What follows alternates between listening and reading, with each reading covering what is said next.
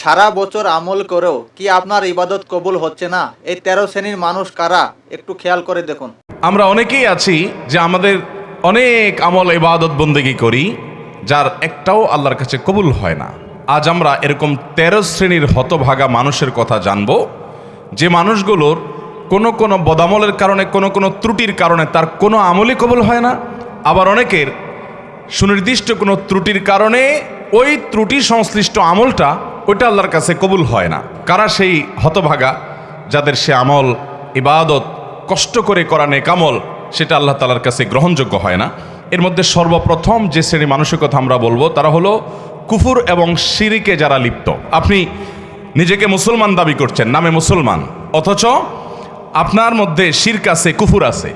তো এরকম যদি হয় তাহলে শিরক এবং কুফরে থাকা ব্যক্তি, এই ব্যক্তি যত নেক আমল করুক, সে নিজেকে মুসলমান মনে করছে, হয়তো তিনি 5 ওয়াক্ত নামাজও পড়েন, কিন্তু তার মধ্যে যদি শিরকে আকবর থাকে, কোন শিরিক থাকে, মানে বড় শিরিক, যে শিরকটার কারণে মানুষ ইসলাম থেকে খারিজ হয়ে যায়, তার মধ্যে যদি কুফরি থাকে যেটার কারণে মানুষ ইসলাম থেকে খারিজ হয়ে যায়, তাহলে এই ব্যক্তি নিজেকে যত মুসলমান মনে করুক, আমরা সবাই হয়তো মুসলমান তাকে মনে করি, সে হয়তো মসজিদেও আসে, সে হয়তো নামাজে পড়ে, সে হয়তো হজ উমরা করতেও যায়, অথচ তার কোনো আমল, সে নামাজ পড়ুক, রোজা রাখুক, হজ করুক, জাকাত করুক, দান করুক, সাদাকা করুক, তার কোনো আমল আল্লাহর কাছে গ্রহণযোগ্য হয় না।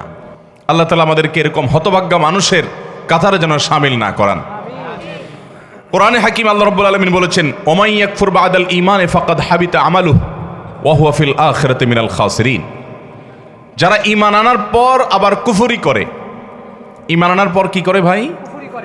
কুফরি মানে আল্লাহর কোনো বিধান, আল্লাহর কোনো আদেশ, আল্লাহর কোনো নিষেধ, ইসলামের স্বতঃসিদ্ধভাবে প্রমাণিত কোনো বিষয়কে যদি কেউ অস্বীকার করে, তাহলে ফাকাদ হাবিতা আমালুহু, তার সমস্ত আমল বরবাদ হয়ে যাবে, তার কোনো আমল আল্লাহর কাছে কবুল হবে না। ওয়া হুয়া ফিল আখিরাতি মিনাল খাসিরিন।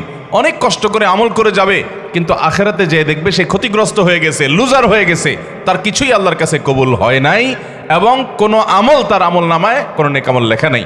এরকম হতভাগা মানুষ আমাদের সমাজে অনেকেই আছেন। আমরা না জেনে হয়তো সে হতভাগাদের কাতারে আমরা শামিল হয়ে গেছি।